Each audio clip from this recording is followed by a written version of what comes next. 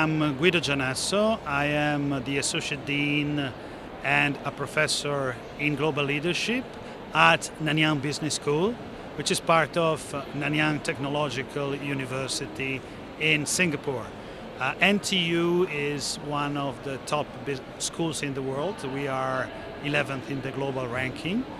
My area of specialization is really global leadership and cultural intelligence. Cultural intelligence is the ability to work across cultures.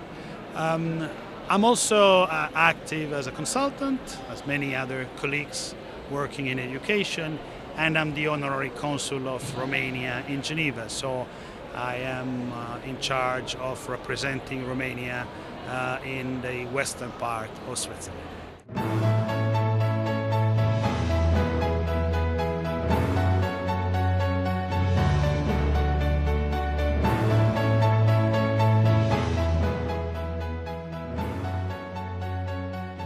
First of all, I will say that it's not 10 years.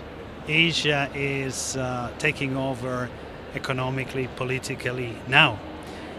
Statistics shows that by 2030, the Asian middle class will grow by about 1 billion people, which is 3 times the combined middle class of the European Union and the US. And this is a very, very strong force for change. Middle class dry consumption, and that will somehow influence very quickly the balance of power, and that will have, of course, also consequences in terms of the culture. We will live in a world where Eastern companies, Chinese companies, Asian companies will acquire Western companies, and by doing so they will obviously influence the way we think, the way we communicate, the way we operate here in Europe and in North America.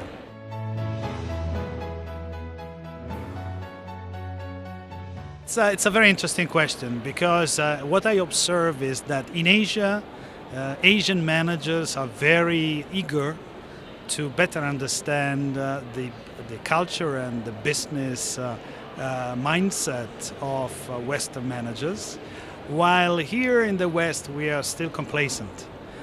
We still have a tendency to believe that ultimately headquarters, decision making are somehow here in the West and North America and Europe, and therefore Asia is a land of expansion, a land of opportunities. So we are struggling to realize what is really happening, but of course that will change over time. And our role, our mission is to make our colleagues in the West aware and start mobilizing them and getting them to realize that working with Asian colleagues on a peer-to-peer level implies complete reassessment of the way we communicate, the way we take decisions, the way we lead teams. So it's coming, but probably not as fast as we would like to see.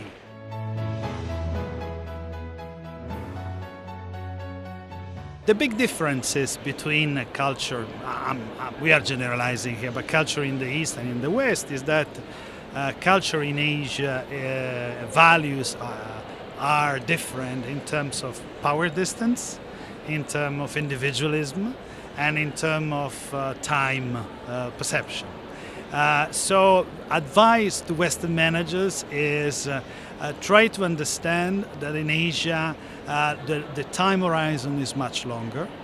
The team is everything. It's not about me, it's not about what I want, what I like, it's about what others think and feel, and it's about high power distance. You cannot openly challenge decisions. You have to operate within a framework which is given, and if you want to change things, you have to do in a much more delicate, much more sophisticated, much more indirect way. And this is a challenge for most of us, because we have grown, we have been educated with the idea that challenging your teacher, your boss, or your colleagues is good, is healthy.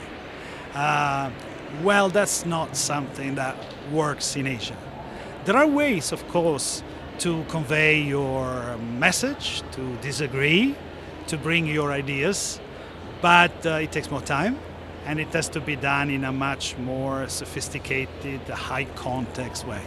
And you cannot impose your own way of doing things. You have to accept that other people think differently and adapt your behavior.